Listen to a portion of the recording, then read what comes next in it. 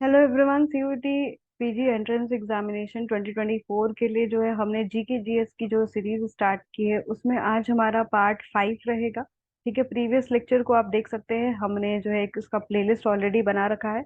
ठीक है, 4 parts already uploaded है और यहाँ पर हम टॉपिक वाइज एमसीक्यूज कर रहे हैं जो कि आपके एग्जाम के लिए इंपॉर्टेंट रहेगा। आपके पेपर को देखते हुए ये बनाया गया है सभी सब्जेक्ट के लिए। ऑल सब्जेक्ट्स के लिए जो है ये आपके जो क्वेश्चन है वो रहेगा। ठीक है, चाहे आप एमबीए करने जा रहे हो, चाहे आप एमएससी करने जा रहे हो, चाहे आप एमए करने जा रहे हो, चाहे आप एमटेक करने जा रहे हो। ठीक है, आप सभी को पता है 25 जो क्वेश्चंस होते हैं आपके जीके जीएस वाले पार्ट से पूछे जाते हैं। ठीक है, तो उस वाले पार्ट को यहाँ पर आपके कवर किया जा रहा है, तो चैनल को सब्सक्राइब करके रखिएगा और अपने फ्रेंड्स के साथ जरूर शेयर करिएगा, उनके लिए भी हेल्पफुल रहेगा। टेलीग्राम ग्रुप को जरूर ज्वाइन कर लीजिएगा। अगर आप हमारे टेस्ट सीरीज को ज्वाइन करना चाह रहे हैं पार्ट ए के लिए तो ज्वाइन कर सकते हैं। उसका जो है नंबर मैंने डिस्क्रिप्शन में दे रखा है, उस पर कांटेक्ट कर लीजिएगा।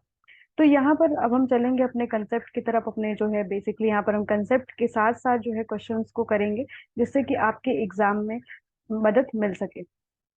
तो यहाँ पर पहला क्वेश्चन है, the which layer of the earth atmosphere is the closest to planet surface. यानी आपकी अर्थ के सबसे ज्यादा जो नजदीक जो कोई है वो कौन सा लेयर है, कौन सा आपका ट्रोपोस्फेयर है, स्ट्रेटोस्फेयर है, मीजोस्फेयर या फिर थर्मोस्फेयर है। तो याद रखिएगा, ट्रोपोस्फेयर, स्ट्रेटोस्फेयर, मीजोस्फेयर, थर्मोस्फेयर, यानी आप TSMT से याद करिएगा, TSMT। ठीक है, और ये जो है आपकी ट्रिक रहेगा। और सबसे जो पहले आपके पाया जाता है क्लोजेस्ट टू अर्थ के जो सबसे सरफेस के सबसे क्लोजेस्ट जो एटमॉस्फेयर पाया जा रहा है वो आपका ट्रोपोस्फेयर है।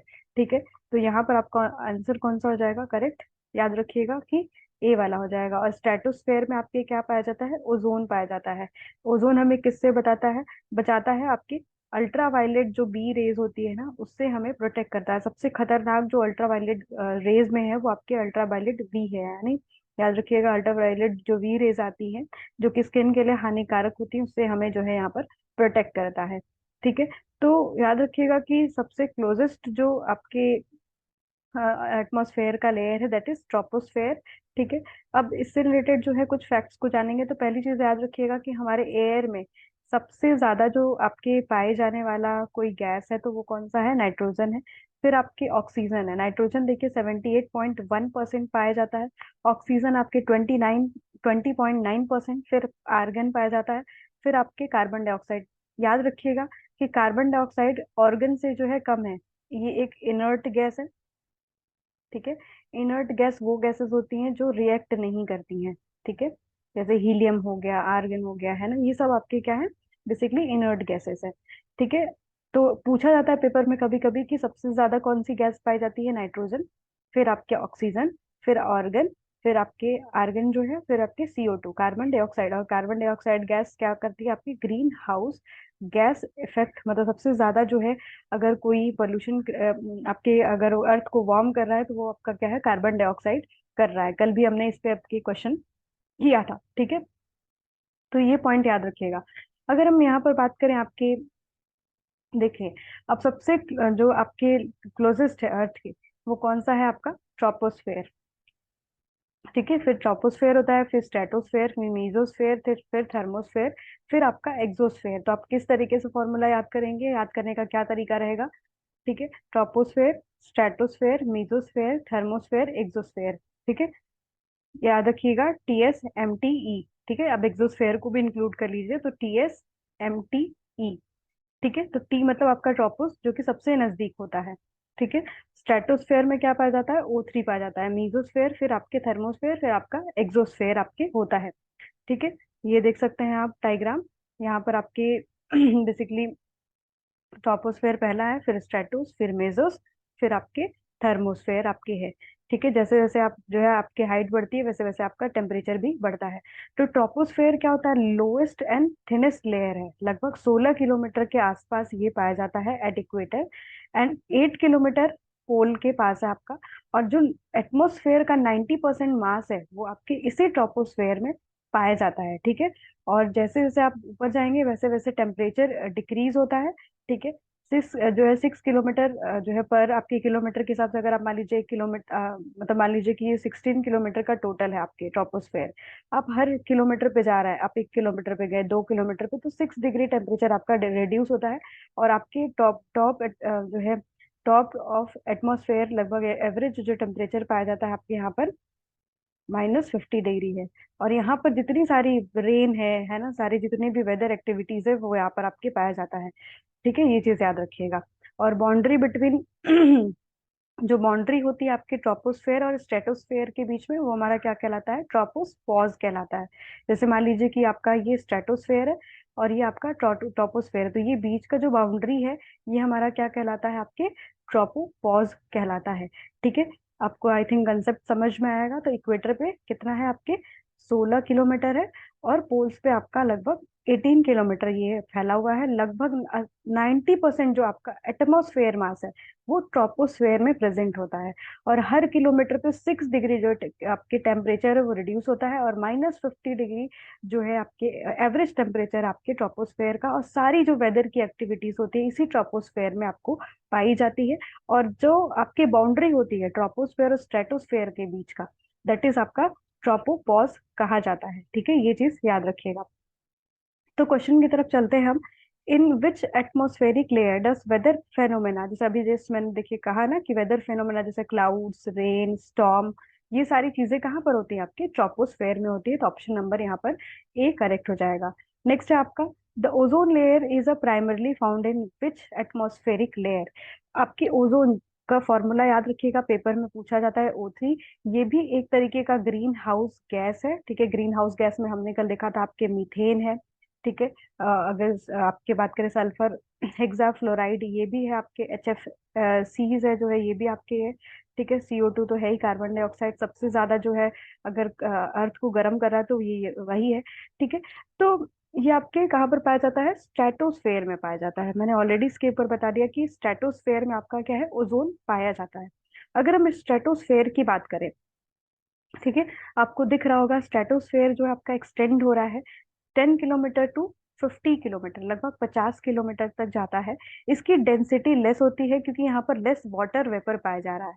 ठीक है, और टेम्परेचर आपके इंक्रीज करने लगता है जैसे जैसे एल्टीट्यूड आपका बढ़ता है। एल्टीट्यूड अगर हम बात करें आपकी बढ़ने लगता है तो 6 डिग्री टेम्परेचर पर किलोमीटर के हिसाब से आपकी बढ़ने लगता है।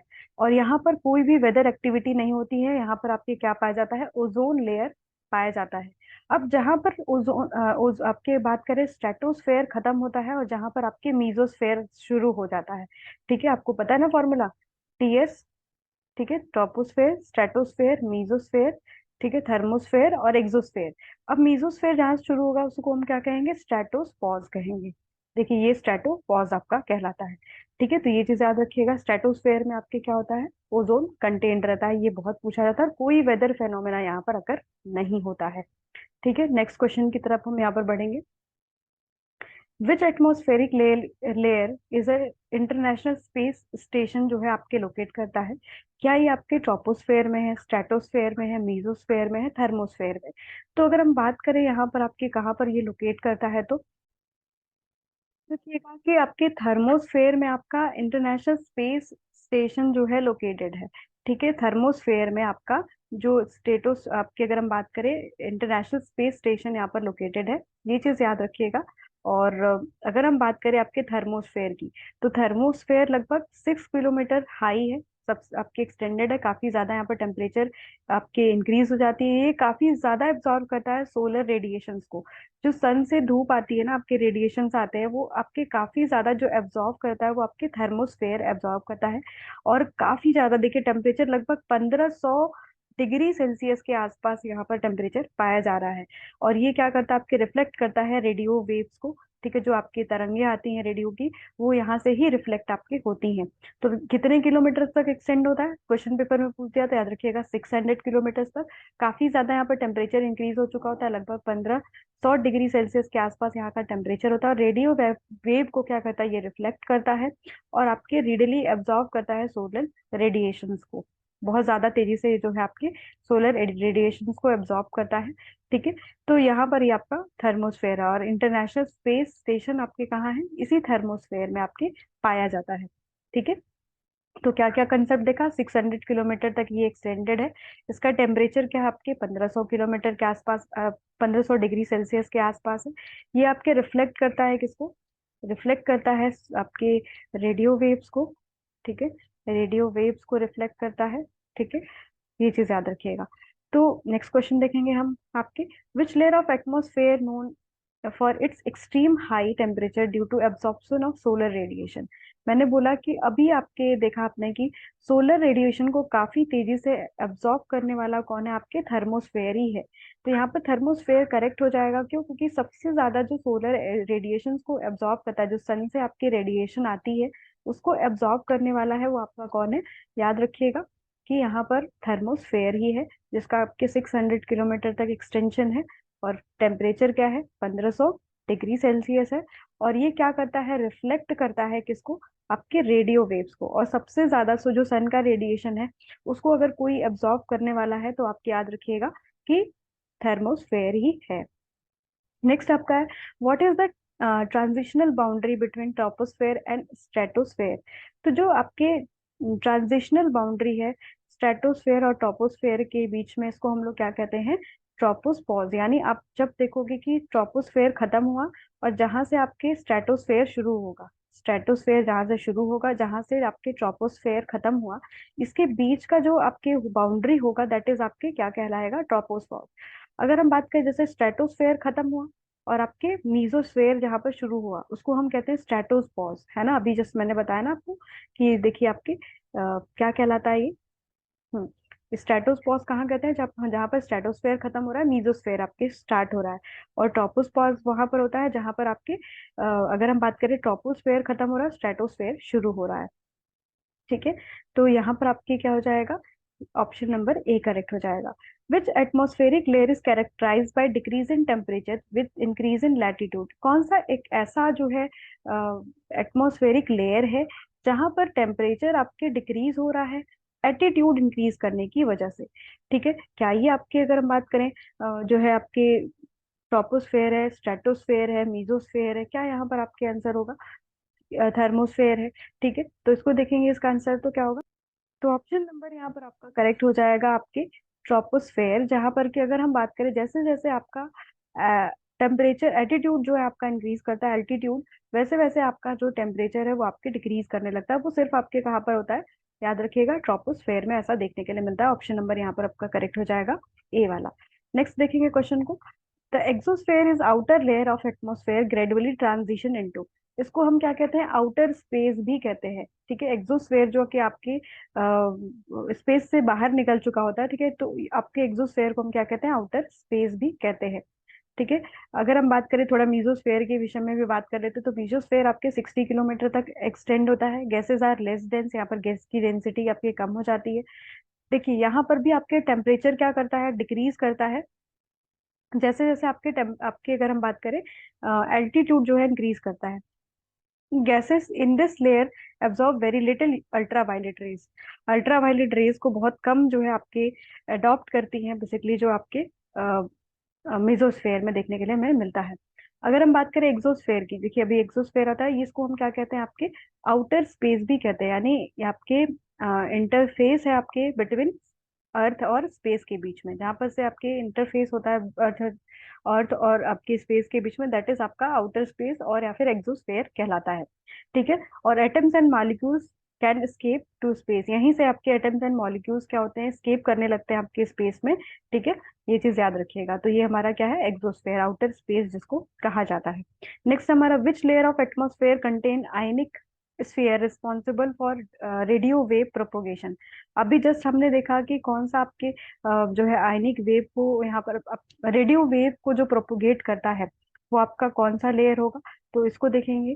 ठीक है, क्या यहाँ पर आपका जो है ट्रोपोस्फेयर होगा, स्ट्रेटोस्फेयर होगा, मीजोस्फेयर होगा, थर्मोस्फेयर होगा। जब हमने देखा कि रेडियो वेव प्रोपोगेट कौन करता है, तो थर्मोस्फेयर में रेडियो वेव जो है प्रोपोगेट होती है। ऑप्शन नंबर यहाँ पर आपका क्या बन जाएगा, डी बन जाएगा। नेक्स्ट है, majority of earth weather system and clouds are confined to. आपके कहाँ पर आपके वेदर में जो क्लाउड्स है ना, ये सारे कहाँ पर कन्फाइंड है आपके, तो याद रखिएगा ट्रोपोस्फेयर जो फर्स्ट लेयर है। तो क्या लेयर का फॉर्मूला था, टी एस, ठीक है, troposphere, stratosphere, mesosphere, thermosphere, exosphere. ठीक है, ट्रोपोस्फेयर फर्स्ट लेयर है आपका। स्ट्रेटोस्फेयर जो है जहाँ पर आपके O3 पाया जाता है। मीजोस्फेयर ठीक है आपके थर्ड लेयर है। और अगर हम बात करें फिर थर्मोस्फेयर है जिसका टेम्परेचर काफी ज्यादा हाई होता है और 600 किलोमीटर के आसपास जो एक्सटेंड होता है, ये आपकी 80 किलोमीटर के आसपास एक्सटेंड होता है। ये 50 किलोमीटर के आसपास जो है एक्सटेंड होता है। और ट्रोपोस्फेयर जो है 16 किलोमीटर के आसपास हमको एक्सटेंड होता हुआ दिखता है। यहाँ पर आपके क्या है, आउटर स्पेस है। ठीक है, यहाँ पर आपका आउटर स्पेस है, ये चीज याद रखिएगा। और जो आपके रेडियो वेव को प्रोपोगेट करती है वो आपकी कौन है, रेडियो वेव को प्रोपोगेट करने वाली थर्मोस्फेयर है। फिर से सारे पॉइंट को एक बार रिवाइज कर लेते हैं जिससे कि आपके एग्जाम में अगर क्वेश्चन आए तो आप भूले ना। तो याद रखिएगा कि सबसे क्लोजेस्ट अर्थ के जो कोई लेयर है वो आपका ट्रोपोस्फेयर है। ठीक है, जो क्लाउड रेन और स्टॉर्म जो फेनोमेना होता है वो कौन से स्फेयर में होता है, तो ट्रोपोस्फेयर में होता है। ठीक है, नेक्स्ट है आपका ओजोन लेयर कहाँ पर पाया जाता है, तो स्ट्रेटोस्फेयर में पाया जाता है। इंटरनेशनल स्पेस स्टेशन कहाँ पर लोकेटेड है, तो आपको याद रखना है यहाँ पर आपकी थर्मोस्फेयर में ये लोकेटेड है। यहाँ पर 600 किलोमीटर जो है आपके इसका जो एक्सटेंशन होता है। और 1500 के डिग्री के आसपास यहाँ पर जो है आपके पाया जाता है क्या, टेम्परेचर। और ये रिफ्लेक्ट करता है आपके रेडियो वेव को। और सबसे ज्यादा जो है सोलर रेडिएशंस को कोई अब्जॉर्ब करता है तो आपकी थर्मोस्फेयर ही करता है। तो यहाँ पर नेक्स्ट क्वेश्चन था कि हाई टेम्परेचर आपकी हो जाता है एक्सट्रीम, क्योंकि सबसे ज्यादा सन के जो आपके रेडिएशंस होता है उसको अब्जॉर्ब करता है। तो कौन से ऐसा लेयर है जिसका ऐसा होता है, तो थर्मोस्फेयर में, क्योंकि भाई सन से जो आ रही है रेडिएशन उसका टेम्परेचर काफी ज्यादा होता है। जब कोई चीज उसको एब्जॉर्ब कर लेगी तो obvious सी बात है उसका टेम्परेचर बढ़ जाएगा। तो लगभग 1500 डिग्री सेल्सियस के आसपास इसका टेम्परेचर हो जाता है। ठीक है, और नेक्स्ट अगर हम बात करें अगर, तो ट्रांजिशनल जो बाउंड्री होती है आपके ट्रोपोस्फेयर और स्ट्रेटोस्फेयर की, तो उसको ट्रोपोस्पॉज कहते हैं। और अगर हम बात करें स्ट्रेटोस्फेयर और मीजोस्फेयर की कहते हैं तो उसको क्या कहते हैं, स्ट्रेटोस्पॉज। ठीक है, ये चीज याद रखिएगा, स्ट्रेटोपॉज। अगर नेक्स्ट आपका बात करें हम कि किसका टेम्परेचर डिक्रीज होता है इंक्रीजिंग आपके एल्टीट्यूड, तो यहाँ पर आपकी ट्रोपोस्फेयर है। ठीक है, इसका आंसर आपके जो है मुझे कमेंट सेक्शन में करिएगा, क्या यहाँ पर आपके आंसर मीजोस्फेयर भी होना चाहिए क्या, क्योंकि ये आपके इसका दोनों आंसर जहां तक मुझे लग रहा है वो होना चाहिए। ठीक है, कमेंट सेक्शन में हमें जरूर बताइएगा। नेक्स्ट आपका exosphere is outer most layer of atmosphere gradually transition into, तो ये आपके कहाँ पर चला जाता है, आउटर स्पेस में चला जाता है जहां पर आपके एटम्स एंड मॉलिक्यूल्स क्या करने लगते हैं, स्केप करने लगते हैं। ठीक है, ये चीज याद रखिएगा। नेक्स्ट आपका है the layer of atmosphere contain ionosphere, जहाँ पर आपके आयंस होते हैं जिस जो कि आपके प्रोपोगेट करते हैं आपके रेडियो वेव को। ठीक है, तो ये आपके थर्मोस्फेयर में होता है। याद रखिएगा कि आइनोस्फेयर का नाम क्या है आपके, आइनोस्फेयर को हम जो है थर्मोस्फेयर भी कहते हैं। थर्म मतलब क्या होती है, गर्मी होती है, इसीलिए इसका टेम्परेचर भी काफी ज्यादा होता है। थर्मोस्फेयर आपके यहाँ पर होता है। और मेजोरिटी ऑफ जो क्लाउड्स पाए जाते हैं वो कहाँ पर, आपके ट्रोपोस्फेयर में जो है पाए जाते हैं। ठीक है, और अगर हम बात करें अर्थ में सबसे ज्यादा कोई गैस पाई जाने वाली है तो वो कौन सी है, तो याद रखिएगा नाइट्रोजन, फिर ऑक्सीजन, फिर आर्गन, फिर कार्बन डाइऑक्साइड। मान लीजिए क्वेश्चन पेपर में पूछ दिया कि कौन सी गैस सबसे ज्यादा पाई जाती है, तो नाइट्रोजन लिखिएगा। और अगर हम बात करें पूछा जाए कि अगर नाइट्रोजन और ऑक्सीजन ना ऑप्शन में दे करके आपको नियॉन दे दे, ठीक है, और कोई और गैस दे दे, ठीक है, जैसे आपके कार्बन दे दे, ठीक है, सिर्फ कार्बन गैस दे दे, और आर्गन दे दे और CO2 दे दे, तो आपको ऑर्गन पे लगान के आके आना है, क्योंकि यहाँ पर इसका जो एयर में प्रेजेंस है वो ज्यादा है। ठीक है, आर्गन का एज कम्पेयर टू आपके कार्बन डाइऑक्साइड की। ठीक है, ये चीज याद रखिएगा। और ये एग्जाम के लिए इंपॉर्टेंट है क्योंकि इससे बहुत ज्यादा आपके पेपर में क्वेश्चन आते हैं। तो स्ट्रक्चर ऑफ एटमॉस्फेयर में देखा जाए तो स्ट्रेटोस्फेरिक जोन में क्या पाया जाता है, आपके जो है ओजोन लेयर पाया जाता है, पहली चीज जो कि गुड है आपके एटमॉस्फेयर के लिए, जो प्रोटेक्ट करता है आपको अल्ट्रावायलेट रेज से। कौन से अल्ट्रावायलेट रेज से, अल्ट्रावायलेट बी जो रे है उससे आपको करता है। अगर इसका डिप्लीशन हो जाएगा तो आगे चल के आपके ये प्रॉब्लम कर देगा। ठीक है, ये चीज याद रखिएगा। और किससे आपके ओजोन लेयर का डिप्लीशन होता है, क्लोरोफ्लोरोकार्बन से होता है, कल हमने इसको बताया था आपको। और क्लोरीन सबसे ज्यादा जो है आपके, कल भी इसकी भी मैंने बात की थी, क्लोरीन का जो एक मॉलिक्यूल होता है वो सबसे ज्यादा नुकसान करता है किसको, अगर हम बात करें कि ओजोन को। ठीक है, तो ये सारे कंसेप्ट रहे, और भी क्वेश्चन किसी और टॉपिक पे लेके आए हैं, लेके आएंगे आप लोग, जरूर हमें टॉपिक सजेस्ट कर सकते हैं कमेंट में। क्वेश्चन ऑफ द डे रहेगा आप सभी के लिए कि जो आपके जो इन्वायरमेंटल फिनोमेना होता है जैसे क्लाउड, रेन, ये सब किस स्फेयर में होता है। ठीक है, कमेंट करिएगा। साथ साथ जो मैंने निमोनिक्स बताया कि troposphere, stratosphere, mesosphere, thermosphere, exosphere, इसको आप भी कमेंट सेक्शन में लिखिएगा अगर आप इस वीडियो को देख रहे होंगे तो। चैनल को सब्सक्राइब करके रखिएगा, टेलीग्राम ग्रुप को जरूर ज्वाइन कर लीजिएगा। अगर ये सीरीज पसंद आ रही होगी तो हमें जरूर कमेंट में बताइएगा। जुड़े रहिएगा, चैनल को सब्सक्राइब कर लीजिएगा। धन्यवाद।